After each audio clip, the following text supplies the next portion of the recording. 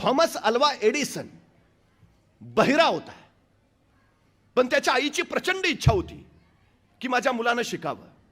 आता तो बहिरा आहे, त्याला ऐकूच येत नाही, मग तो ग्रहण कसं करेल काही.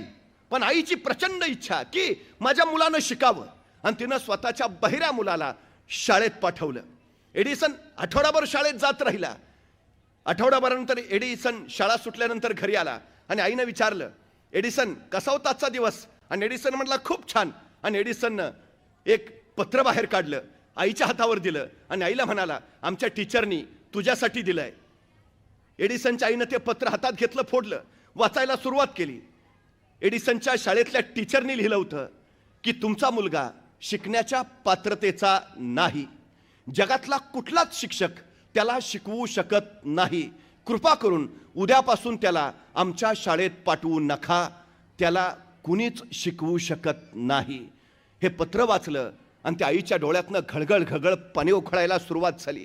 आपल्या आईच्या डोळ्यातले अश्रू एडिसननं बघितलं. एडिसन म्हणाला, काय गाई. आणि आईनं पटकन डोळे पुसले, काही नाही रे बाळा, आनंदाचे अश्रू आहेत. का ग, काय लिहिलंय आमच्या पत्रात टीचरनी. आणि एडिसनची आई म्हणाली, अरे वेड्या, तुझ्या टीचरनी लिहिलंय की तुमचा एडिसन खूप हुशार आहे, खूप हुशार आहे, इतका हुशार आहे की त्याच्या तुलनेत वर्गातली इतर मुलं अगदीच ढ आहेत, त्यामुळे वर्गात शिकवताना आमची अडचण होते.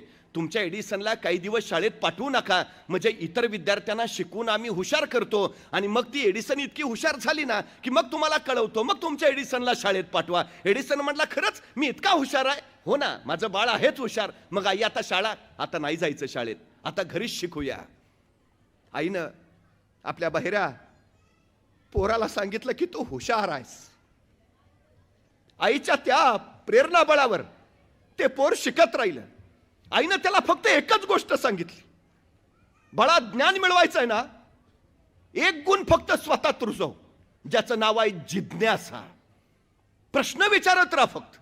आभाळात वीज चमकली की प्रश्न विचारायचा, वीज का चमकतीये, शोध का चमकतीये, ऋणप्रभार धनप्रभार एकत्र येतो, चकमक उडते, वीज होते. उत्तर मिळाली की ज्ञान वाढत जाईल. बाळा, जिज्ञासा जोपास, प्रश्न विचारत राहा, फक्त प्रश्न विचार, बस, दुसरं काही नाही.